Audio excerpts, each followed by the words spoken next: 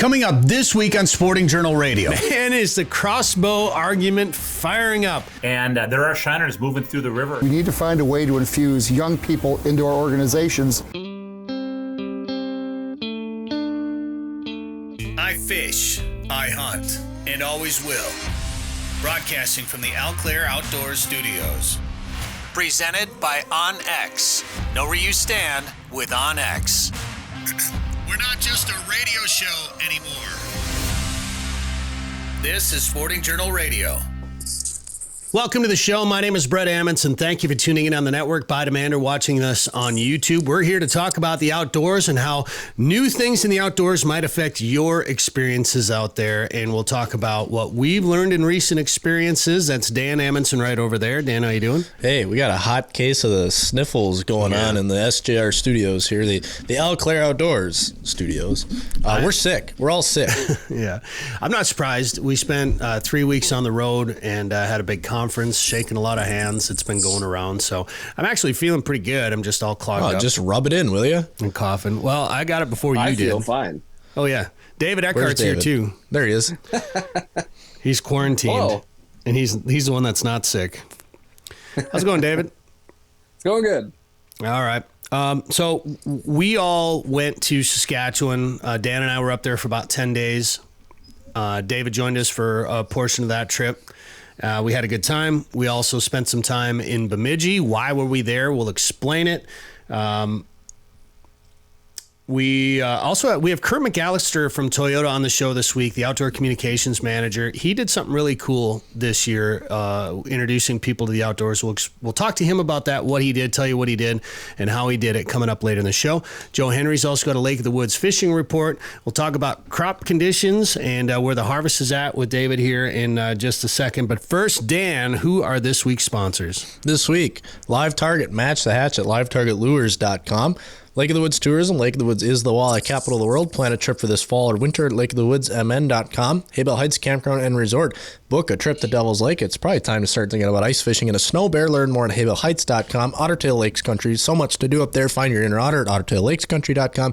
And Prairie Sportsman. We've got a busy month filming Prairie Sportsman segments this month. But the new season will start in January, but you can watch episodes anytime at the Prairie Sportsman YouTube channel. That's right. And I know we're going to have some new sponsors coming to the show here very, very soon. So we thank you, current sponsors, and we're welcoming our new ones. We'll be talking about them here in the next couple of weeks. David, are you taking a break from the combine to do the show right now? It's still a little bit too wet this morning to get out in the field. So waiting for the sunshine and a little bit of wind. Have you started taking anything out yet? Beans, maybe? Yeah, we started on beans last week. But with the rain over the weekend and cooler, wet mornings, it's been kind of a slow start this week. Has any of it flooded? Asking for a friend. Yeah. Not here. How does one plug a drain tile? Google's ChatGPT. Yeah, how do we plug drain tiles? Right. Well, where my dad lives, out in South Dakota, they had over 4 inches of rain this weekend.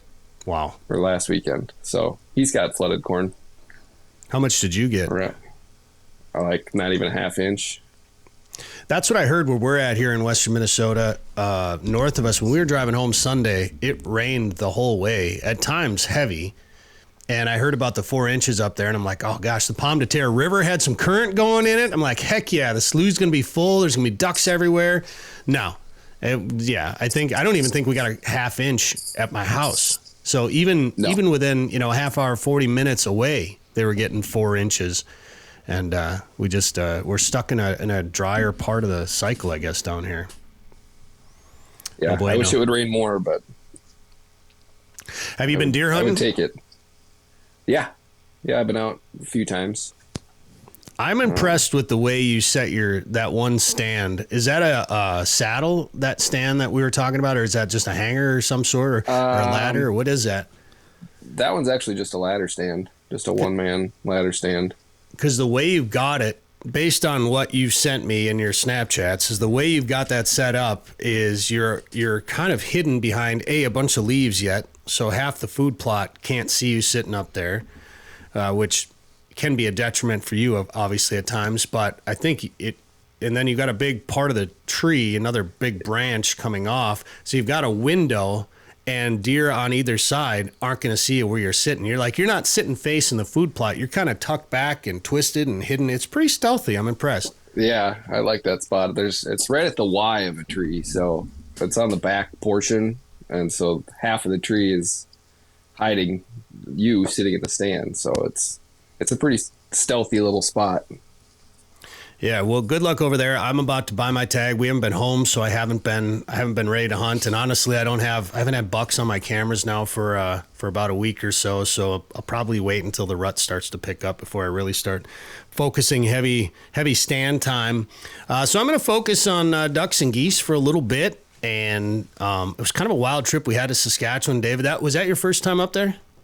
Yeah, that's the first time I've ever done any hunting in Canada. So getting a gun across was a new experience for me, but it was really pretty painless. It was pretty painless, I think. Yeah.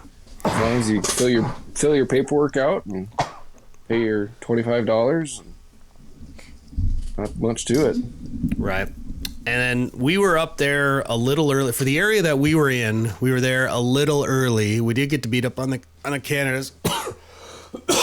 Sorry, we did get to beat up on the Canadas a little bit while we were there.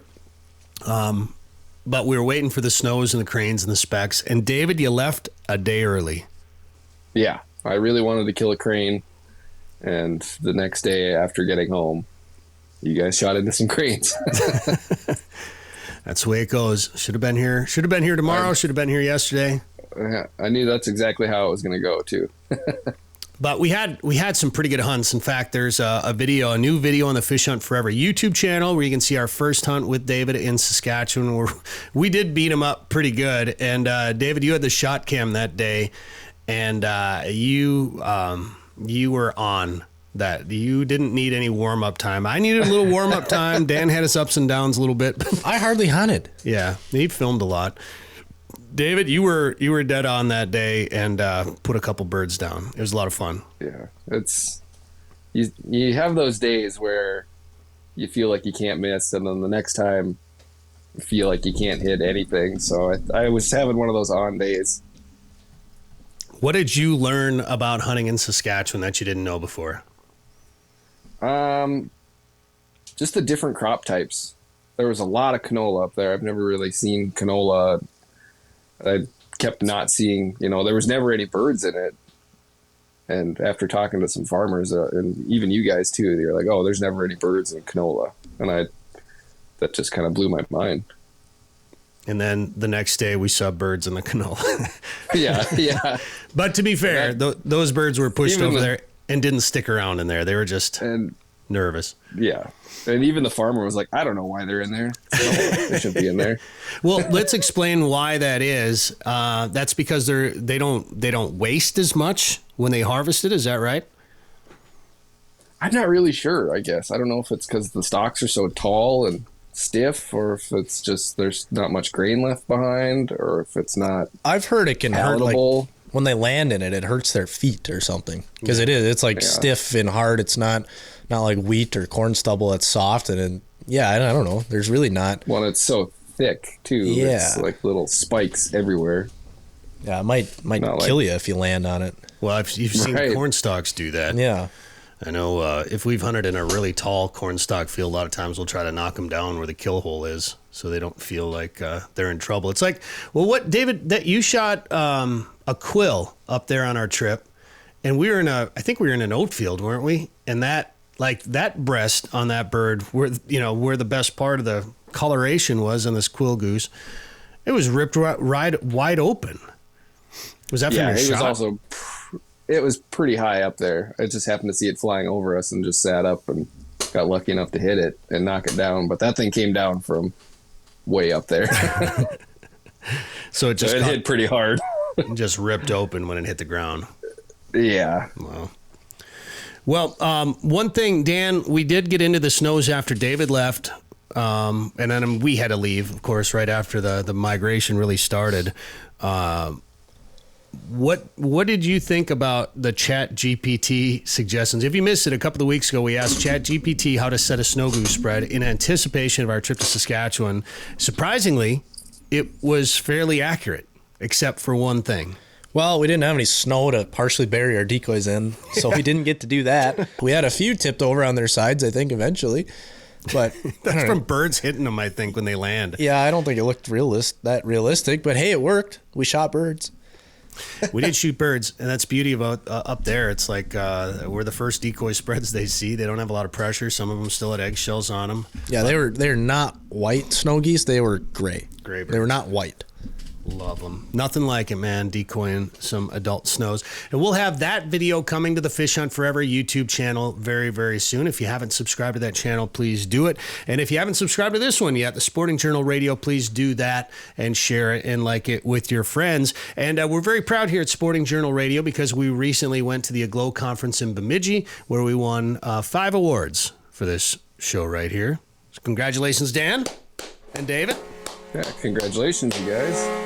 Thank you very much. You can see a list of what shows that we won the awards for. Some really interesting ones. We had some great guests. I know the one with Ollie Shakur won an award. Ollie is a fisheries biologist and does a lot of science and research on walleyes, which is very interesting for us and, of course, for a lot of Minnesotans and people in this region, this listening area that like walleyes. Some really interesting stuff with Ollie, and we had a number of other really cool shows.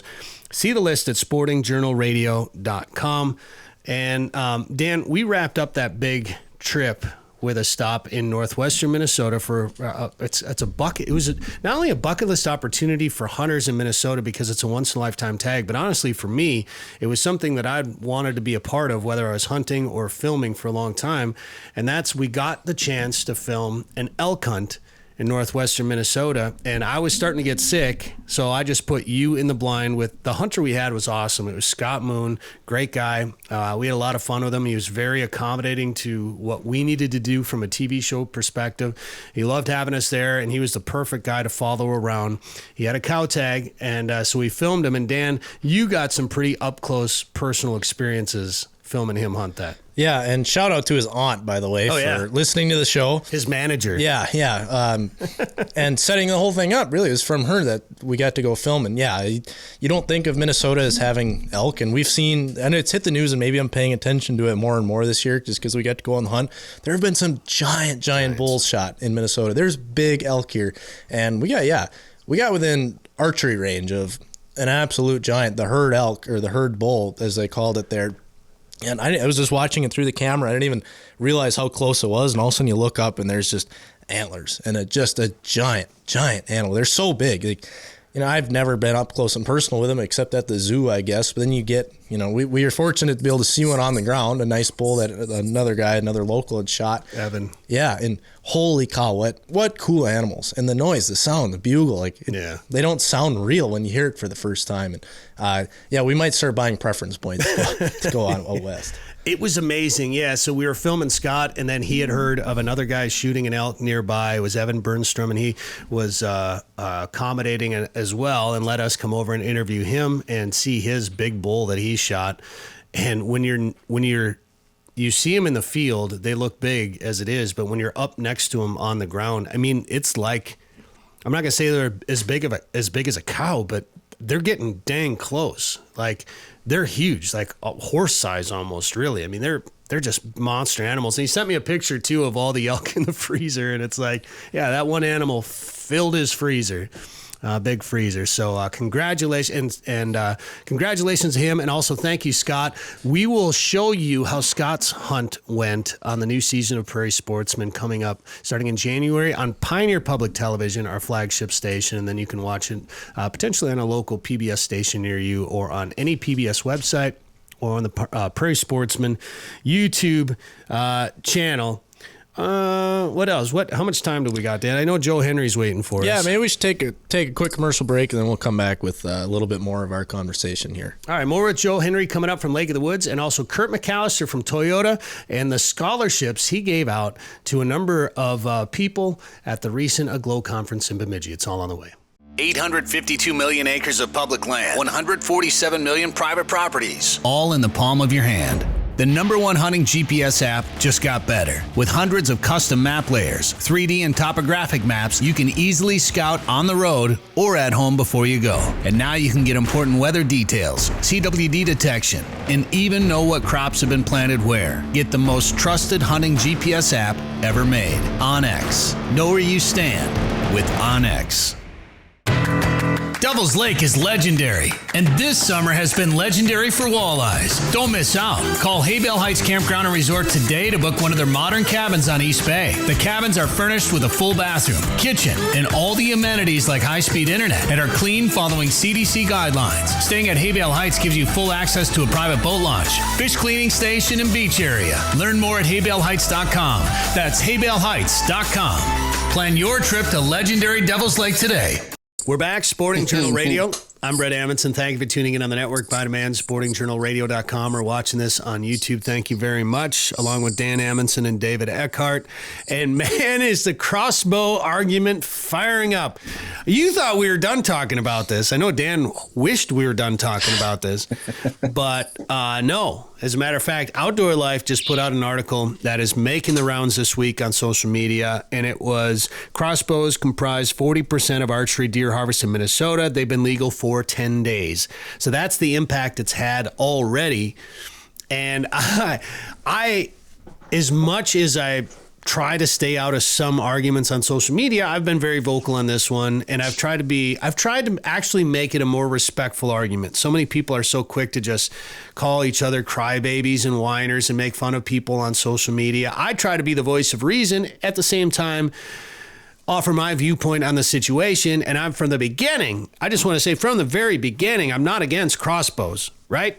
I'm okay for the way the laws were, with older people using them, people with some sort of physical limitation or disability that have doctor's medical exemption. Heck, I'd probably even be okay with youth using them. But there are some definite differences between holding a bow, even with 80% let off, holding a compound bow at full draw, not getting busted by the deer when you draw back, and then having to hold it potentially for a minute to 2 minutes. Maybe if you can hold it for that long while sweating and shaking, waiting for that deer to step into a shooting lane, that is a major, major difference for me when it comes to the discussion of compound bows, even with today's expensive modern compound bows versus crossbows. Pope and Young doesn't recognize crossbows as archery equipment. I know some people have their issues with Pope and Young. Looking back, they didn't even like compounds with let off at one point, and then they allowed them. Well, where does it stop? The arguments I'm seeing on social media is like, well, watch your own bobber. What does it matter what people use to kill their deer? Well, it definitely matters because that's how deer are managed, at least in Minnesota. Different states have different ways to manage their animals. They have different season lengths based on their harvest numbers, their available weather conditions, the rut time, the amount of people out there hunting, the weapons that are preferred in that state. In Minnesota, archery hunters get 3.5 months. Not all states are like that. They get that long because it's harder to kill a deer with archery equipment. It's definitely going to be easier with a crossbow, and I don't care who you are. I'll argue that in a polite way with you all day long. It's definitely going to be easier with a crossbow. You can have more range, you can have more effectiveness, you can have more accuracy, and you're not going to have to hold at full draw. It's just as simple as that. That being said, I'm not against giving more opportunities for people to hunt. I'm about creating positive experiences in the woods and trying to ensure that we can protect our rights and traditions as hunters and anglers forever. And the other big thing that people are missing out on this is that the way it happened in Minnesota is what I have a problem with. It wasn't the DNR setting it. It wasn't hunters voting for it. It was 2 to 3 legislators sneaking it into a bill and having it become law just by removing an age restriction from the current laws and regulations that were already on the books. It was just a sneaky little thing, and I guarantee you they were influenced by potentially some of the crossbow manufacturers out there. It's the way things get done in this country. I'm not saying it's wrong. I'm just saying I think it's wrong the way it was done in this way without us having a voice or some sort of say in the matter. I don't want to argue with other hunters. So when people out there say we shouldn't be arguing with each other, why do you care how I kill my deer? Well, I don't want to argue with you. I just want to talk about and have an open, honest discussion about what's right for the future.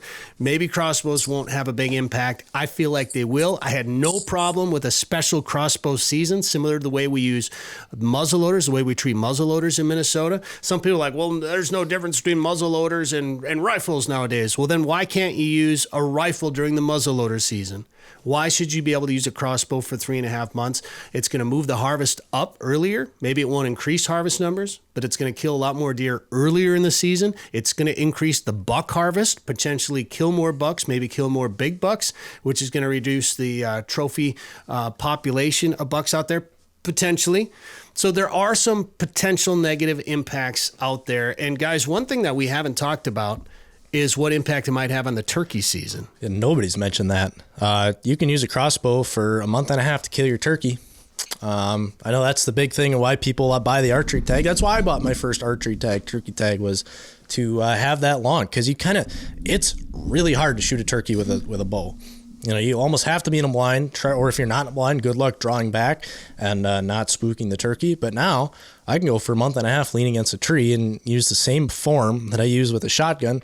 Yeah, maybe I won't have the distance, but I just lean against a tree, run and gun with a crossbow for a month and a half instead of a week. Oh, so. I mean, yeah, you can shoot turkeys with these turkey loads now, maybe out to 80 yards. Oh, yeah. Well, I probably wouldn't take that shot, but I would argue that you could have almost the same effective range with a crossbow that you could with a shotgun in the spring now for turkeys. Maybe I would say, I'll just say this, I would take my shotgun at 80 yards before a bow or an arrow or a bolt at 80 yards. I mean, I probably wouldn't take either shot, but no, but my point is, I guess if I had to have the distance at like say 60 yards, if I had to say 60 yards, I'm going to take my shotgun over a crossbow for sure. But you get running and gunning is going to be so much easier, and you get a month and a half to do it. And I think that's been, because it's fall and nobody's thinking about turkey hunting, that's been swept under the rug. Dan's going to go buy a crossbow just for turkeys now. Well, no, I'm not. But you know, it's something that I've heard nobody talk about it, and I've been trying to be done with this conversation, because here's the bottom line: I don't think we're changing. I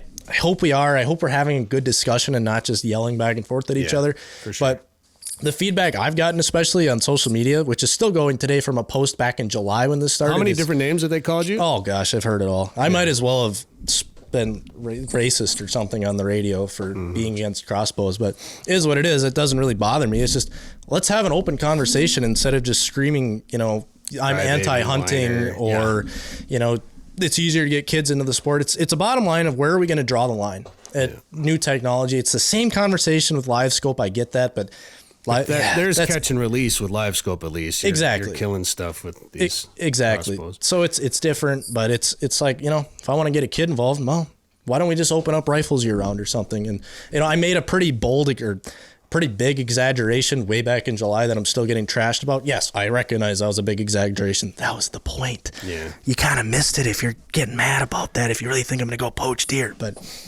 whatever, is what it is. I don't know where I'm going with this anymore. Yeah, the bottom line is we're not trying to argue with each other. We're just trying to protect what we have and make sure that we're doing the right thing moving forward. Not against opportunity and access. We're not against crossbows. We're just trying to make sure it's being done the right way. And checks and balances, which is what the U.S. government was built on. And it's funny because Minnesota is generally pretty conservative when it comes to new technologies and limits and things like that. And the DNR is usually conservative when it comes to stuff like that. And this was not the DNR's decision. So we'll see how it goes, I guess. All right, we're going to switch gears. We're going to talk with Joe Henry. We'll get a Lake of the Woods and Rainy River Shiner report when we come back. And Curt McAllister will join us to talk about getting more kids into the outdoors, coming up on Sporting Journal Radio. Live Target, the leader in Match the Hatch, is back with new lures that also match the action. Introducing the Live Craw. The Live Craw is irresistible to bass, walleye, and other freshwater species. FTech's winner, the Ultimate Frog, looks and acts just like a swimming frog. With an exposed ultra-point mustad hook and replaceable legs, the Ultimate Frog has 2 styles, 2 sizes, and 8 colors. And iCast and FTech's winner, the Live Shrimp, mimics a fleeing shrimp for saltwater anglers. Coming soon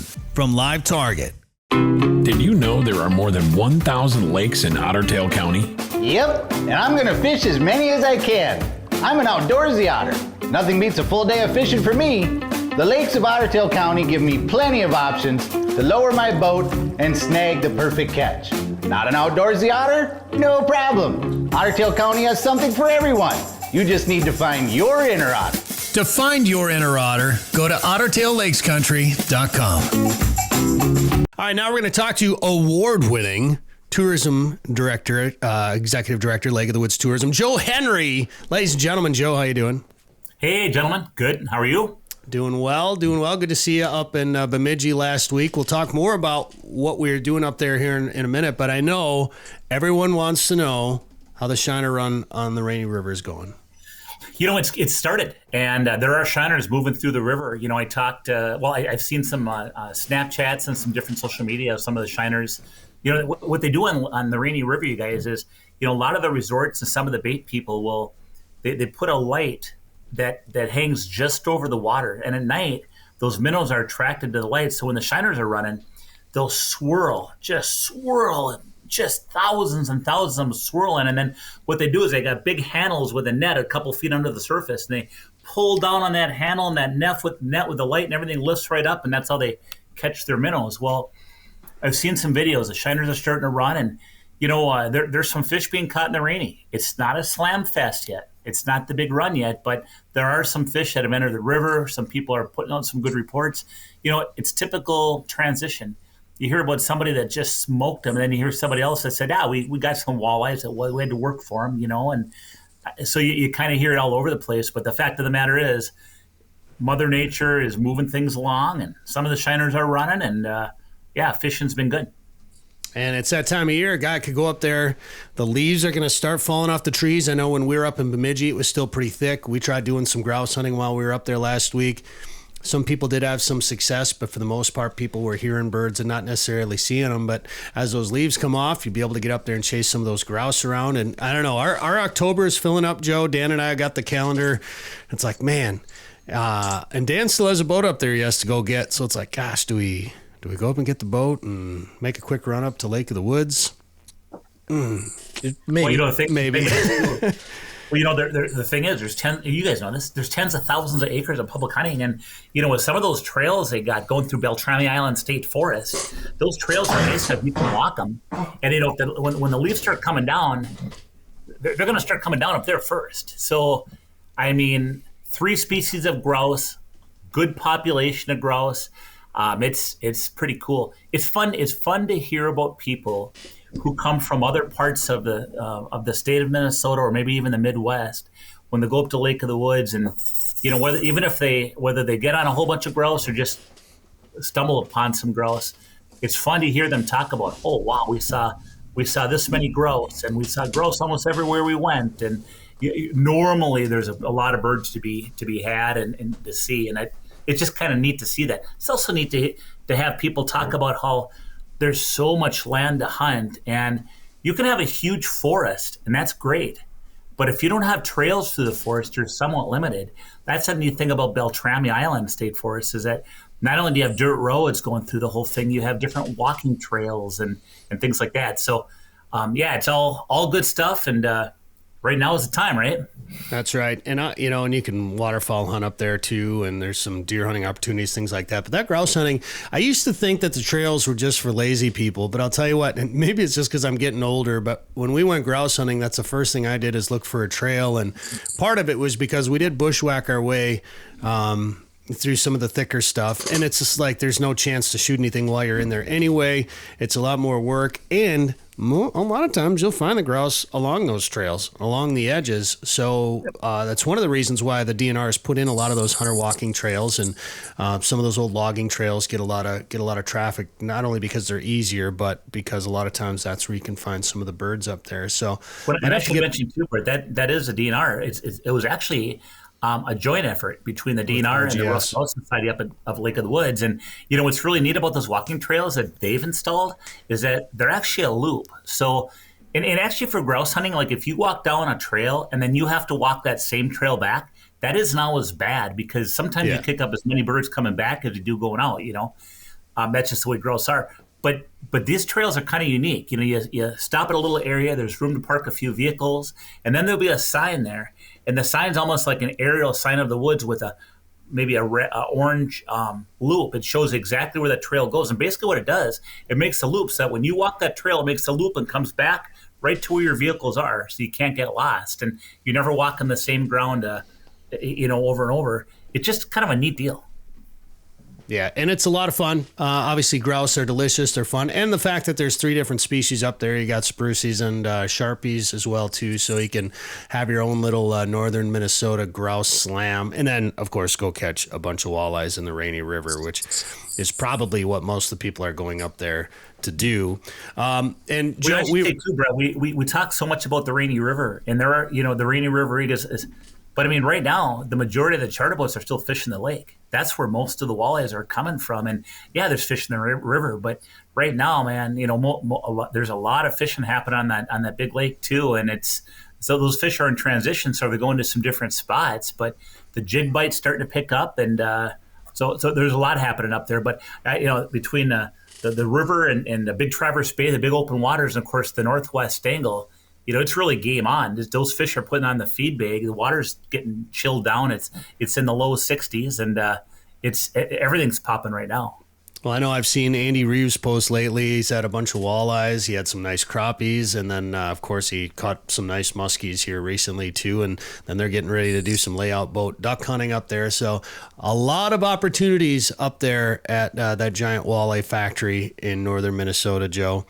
And we spent some time close to there recently at the annual AGLOW Conference, which I'm finding out, Joe, a lot of people have to give you credit for joining AGLOW. I know you talked me into it, and my first experience was a couple of years ago at Lake of the Woods. We did a cast and blast trip, shot some geese up there, and caught some nice walleyes. And now I've been a part of AGLOW, and AGLOW has become a big part of what we do here in recent years. And after talking to a number of people at the AGLOW Conference here this past week, turns out you got a lot of people into that organization, Joe.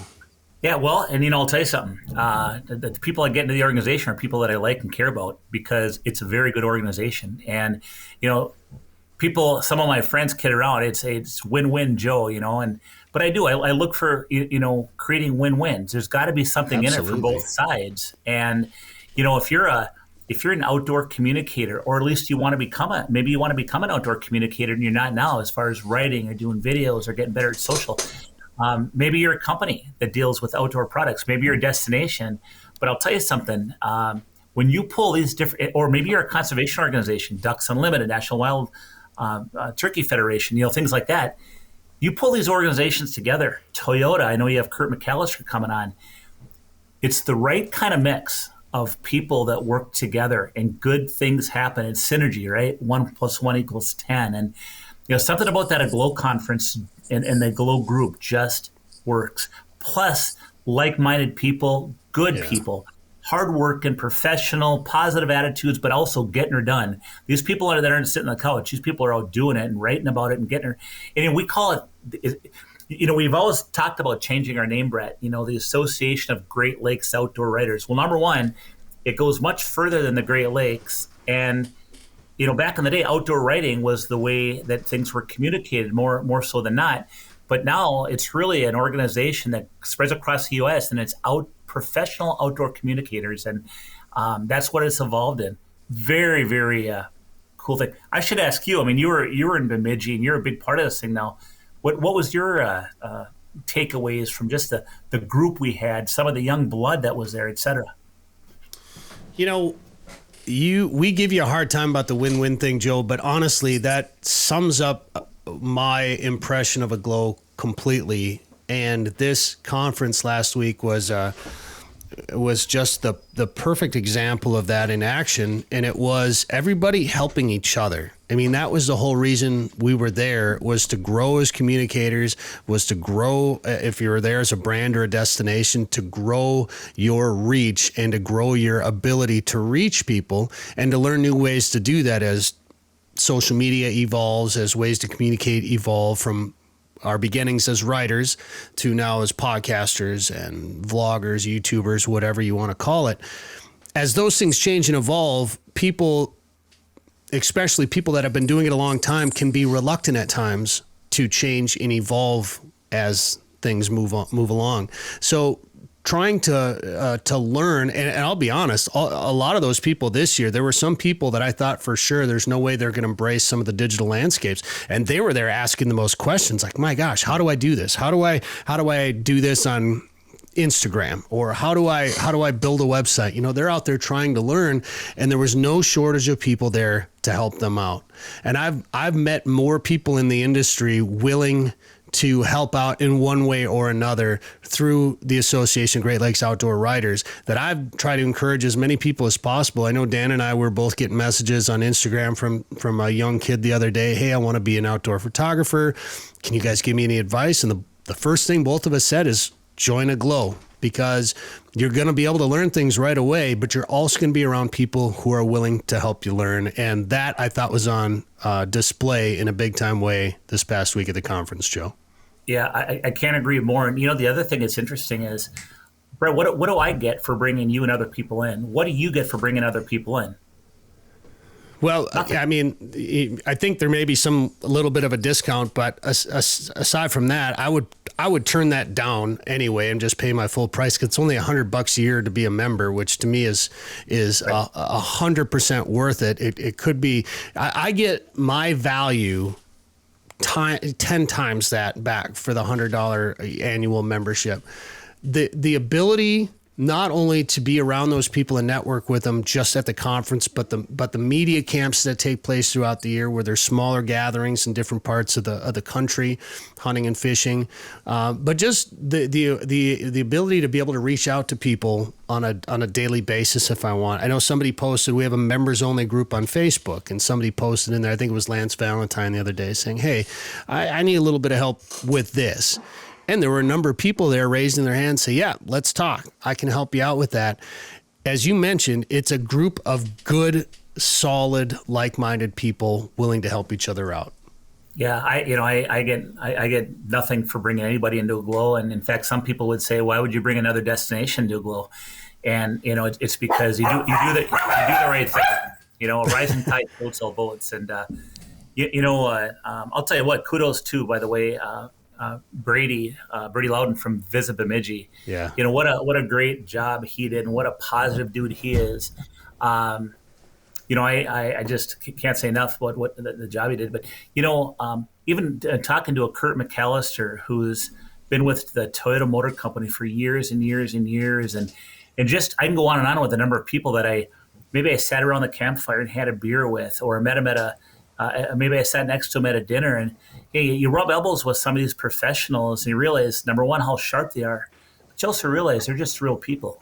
Now, they work hard, but they're just real people. And to build those relationships is very, very, very nice for so many reasons. Even if they're not in the fishing industry or tourism industry, which I kind of cross over, it doesn't matter. Rubbing elbows with people that are on the rise is healthy. And this is really a great group. Somebody mentioned to me, I don't know what it is about AGLOW.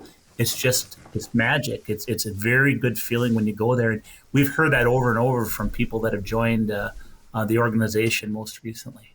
And if you are in those campfires are becoming legendary, I think, at the AGLOW conferences, and I think they've been that way for a while, but I'm realizing just how legendary they can be. And the amount of times I've been sitting next to somebody new that I hadn't met before, just having a normal conversation with them, talking about whatever, the industry, just a regular conversation, then come to realize that they're somebody fairly high up in an organization that makes some marketing decisions. That's priceless interaction. You go to these things and it gets you behind the gatekeepers. As long as you're out there giving as much as you're taking, and you're not out there just trying to completely benefit, but out there trying to help people as well, you're building relationships. And at some point that can come back to help you out somewhere down the line. So when you reach out to, say you're looking for a boat sponsor or something, and you make a phone call to a boat company and they don't know who you are, you're generally not going to get anywhere unless you're winning the Bassmaster Classic or something like that. And at that point, you've probably already got a boat sponsor. But you go to events like this, you spend some time around them, you get to know these people, you're building networking relationships, you're building personal relationships, you're becoming friends with these people. And that just goes so far in a tight-knit industry such as the outdoor industry, and one way or another, it'll come back to benefit you in some way. Think about this one. People do business with those who they like and they trust. And what a better way to get to know somebody on a more personal level than going to a conference with them. And part of going to a gold conference is you spend a little time out in the outdoors, and some of it is hospitality nights where they might have an open bar. Campfires kind of culture for AGLOW. You go outside. We always have a campfire outside at the end of the day, and it's a neat deal. I would say too, it's also the learning that goes on. We talked about everything from AI to zombie content, creating content to affiliated marketing to. There's education that goes on as well. So it's a longer conference. Not everybody comes for the whole week. Most do. But I'll tell you what, whenever I come away from an AGLOW conference, I'm always happy that I've attended. Yeah. Well, and the venue this year was great. The Hampton Inn and Suites was awesome there in Bemidji. We had a great time. The food was good. The staff was amazing. We got to show people what the outdoor feed was all about, which is a new thing from AGLOW. Go to the outdoorfeed.org if you want to see all the content that members of AGLOW are creating. It's all in one place right there. And Joe, we better wrap this. I got to say too, hey, by the way, before we get too far, you and Danny, I think I told you guys you're probably going to need a wheelbarrow. And did you bring a wheelbarrow for all your awards? Because you and Danny, you were recognized for some of the top-notch work you're doing from peers and colleagues from across the nation. How many awards did the two of you win? I think this year it was 87. Yeah. It was 14 this year, Joe. And I'll tell you what, that's 14 awards for the audience. These are awards. There's over 500 entries. These are very hard. In fact, when Karen Luddow introduced the awards, the awards and craft ceremony, she said, we've had more entries than we've had, and the level of professionalism and there's just the quality of articles and podcasts and TV shows, everything is just really, really high. So for you guys to win with that kind of level of competition tells you something about the kind of quality work you're doing. And I say kudos to you because, one of the things about AGLOW is for people to get some recognition once in a while for the hard work and for the professionalism. And I think it's just it kind of tells you that you're in the right track, doesn't it? Well, and it also tells me that we spent more money on bribes than other people for the judges. Yeah, but that's money well invested. That's right. No, it was an honor for us to win those awards. There was a lot of stiff competition out there. There's a lot of really talented content creators that are part of AGLOW, and I was definitely surprised once again, as I have been every year, that we won as many as we did. I feel like we're doing good work, and I'm proud of it. But it's really neat to be honored that way. And Joe, you did very well too. You got quite a few awards this year, so congratulations to you as well. Yeah, thank you. It's nice to get some recognition. In my case, I got, I think, a first place for public speaking. I got a first place on an article about ice fishing, and I got third place on a TV broadcast we'd done for our paid forward veterans event. So again, I didn't know I was going to be getting. I knew I was going to get a award because they send you an email, as you know, that says, "Hey, I hope you're coming to the conference because you're going to get an award." I didn't know what it was. I didn't know how many, but again, it's very, very. How do I say this? Being super authentic, I'm very honored and very humbled by winning an award like that. To win awards with the level of competition, there's some very, very talented people that are not only, they're good at what they do, aren't they? They're very good at what they do. They're good people, and it's good to spend time with them every year in Bemidji. At the annual conference this year happened to be in Bemidji. Sometimes that's the only time out of the year we get to see some of these old friends. So once again, it was a great time to see you up there, Joe. We had fun fishing, and some people went hunting. Some people went and checked out the Mississippi River and all that good stuff that you can do up there. And of course, we learned some stuff. So now Kentucky Lake next year. We're looking forward to that one. And if you want to join AGLOW, go to aglowoutdoors.com for more information. And Joe, if people want to plan a trip to Lake of the Woods, what should they do? I tell you what, whether it's fall fishing or ice fishing, right now is the time. Hey, check out our website, and that is lakeofthewoodsmn.com. Northern Minnesota's Walleye Factory is a year-round world-class fishing destination. The perfect getaway this summer is just a short drive to Lake of the Woods. Fish Big Traverse Bay, the Rainy River, or visit the unique Northwest Angle. To catch big fish, you have to go where the big fish are. Plan your trip to Lake of the Woods at lakeofthewoodsmn.com. That's lakeofthewoodsmn.com. This is Sporting Journal Radio. Thanks for tuning in on the radio network by demand or downloading the audio podcast, or maybe you're watching this on YouTube. Thank you very much. We are here in Bemidji at the Hampton Inn and Suites, Lake Bemidji behind us, and Curt McAllister is joining us, the outdoor communications manager for Toyota. Yes. All right, how you doing, Curt? Good, Brett. How are you? Good. Been a good conference for you? It's been a great conference. Yeah, it's been great. First of all, it gave us a chance to show the members of the all-new Sequoia, which has been on the market for about 6 or 7 months. Give them a chance to crawl through it a little bit. And then also gave us a chance to honor 10 young people who are looking to break into the outdoor industry. And I want to talk about all those things, but we have a very pressing matter that we have to start with. Like, does your right arm get tired carrying that? What's that? That ring? Yeah. Holy smokes. Yeah, so this is a championship ring courtesy of the University of Montevallo. Oh, okay. So kind of part and parcel to the Toyota Let's Go Places scholarship program. I was introduced to the University of Montevallo about 6 or 7 years ago because all of a sudden it seemed like a lot of the recipients were coming from there because they have this great outdoor scholars program that enlists about 100 students a year. And and the intent of this program is to put them in the outdoor space. And they said, we got a really good fishing team down here. And I said, okay. So a couple of years ago, I decided to put a little bit of seed money towards a sponsorship. Get our logo on a couple of bass boats. Logo on the jersey, and then a little bit of seed money for anything else that they need. And lo and behold, they've now won 3 national championships in a row. Oh, wow. This ring is reflective of the back-to-back championships. So they gave me an opportunity as a sponsor to buy a ring. So whenever I go to an outdoor group, people see the ring, and it gives me a chance to brag on Montevallo and to brag on our scholarship program. It's definitely a conversation starter and a self-defense weapon, I think. Yeah, it's heavy. It's heavy. These rings, all of a sudden, they're like hubcaps on your fingers. Right. Because I've worn. I knew Chris Coast when I lived up in Fargo, and he won a World Series ring. So we were at a wedding with one of his relatives. He's like, he's letting everybody try it on. So I got to wear a World Series ring. Mm-hmm. I think it was about half the size of that one. Yeah. Again, they wanted the kids to be able to celebrate, the championship. And so, they're getting their third ring here probably in about a month from now. Oh, wow. Takes a while for them to design it and mint it, sure. and present it to the team. So again, this collegiate bass fishing has become really competitive, and for the fact that Montevallo has won 3 in a row in a field of 200 schools, and more schools are added to the mix every year. So sure. It's.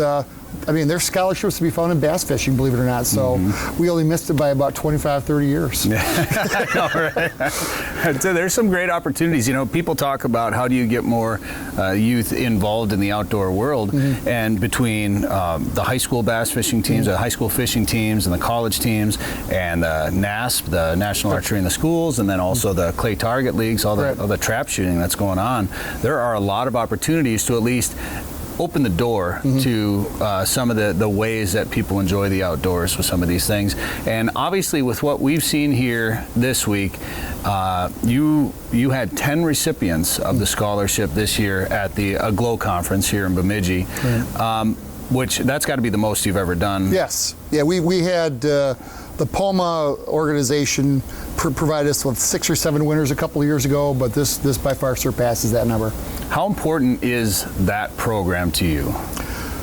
Well, it's important to me, but more importantly, it's important to these outdoor press guilds. And the whole impetus of it was about 9 years ago. The leadership from AGLOW came to us and said, hey, listen, a lot of these organizations are getting a little long in the tooth. We need to find a way to infuse young people into our organizations, because invariably they'll die off in 25, 30 years if we don't have a kind of a pipeline. So in talking to them, I said, let's create a scholarship program that what it does, it pays for the accommodations, the registrations, any kind of travel to get these people to the conference. And they get 1 year of free membership.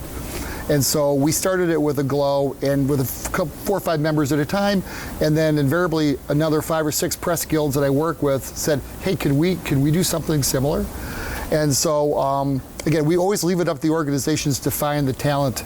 And so some of these young people have become real rock stars in the industry.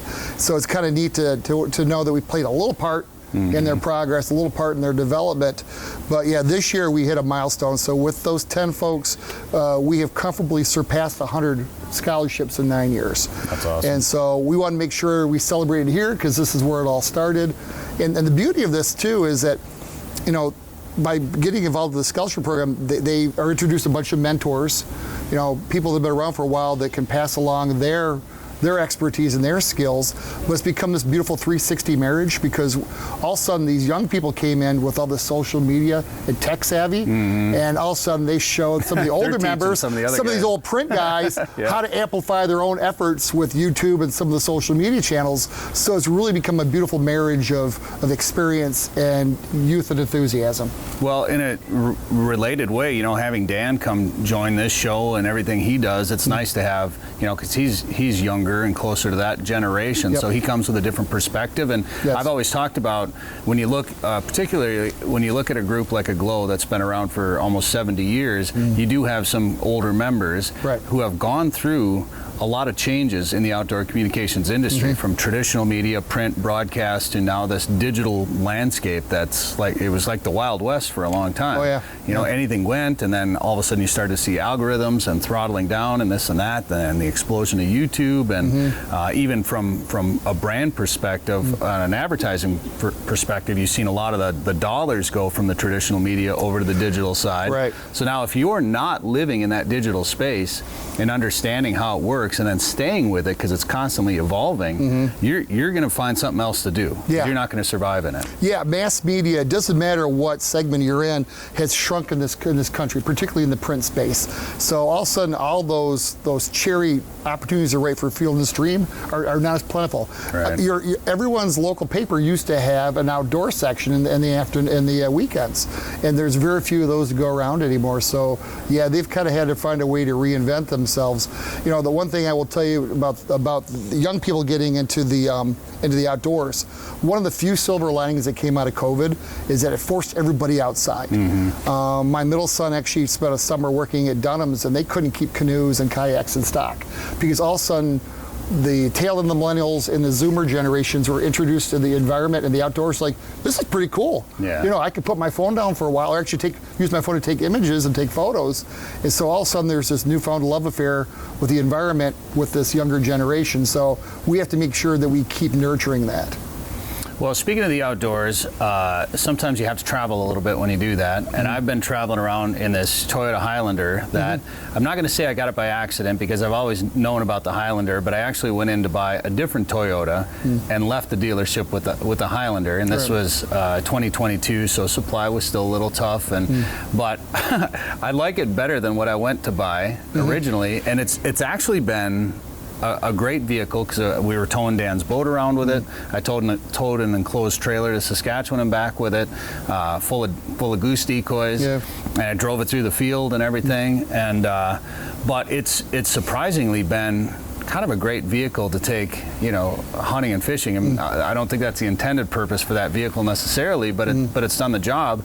But Mark Smith was telling me about another vehicle that you brought here, and he was kind of impressed with some of the specs on the motor and everything else on that vehicle. Yeah, just to speak to your Highlander though, even though you don't think that the Highlander is off-road capable, all of our SUVs with their all-wheel drive systems are off-road capable, deer pass, duning, all that stuff. People just don't think about that, particularly with newer products. But yeah, we brought the all-new Sequoia with us. It was redesigned from the wheels up, and it's been on the market now for about 6-7 months, and it's doing really well.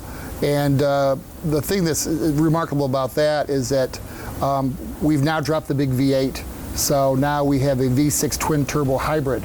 So most of our products in our lineup now have hybrid versions available for economy and for performance. So this Sequoia is capable of 437 horsepower and can tow 9,500 pounds. Wow. So easily a horse trailer, easily a bass boat. And it's doing really well for being such a big SUV. And on the heels of that, we have the all-new Tacoma coming out and the all-new Land Cruiser, which I know a lot of people in this group is excited about. So we've got 3 vehicles that are kind of tailored for the outdoor community, coming soon or here already. So, we're excited about that. Yeah, well, I wanted to get a chance to check it out, so I'm gonna have to go out there. I know you got it here, and then I'm gonna be. I like, as much as I like the Highlander, there's a good chance it may be being traded in for a Tundra. Okay.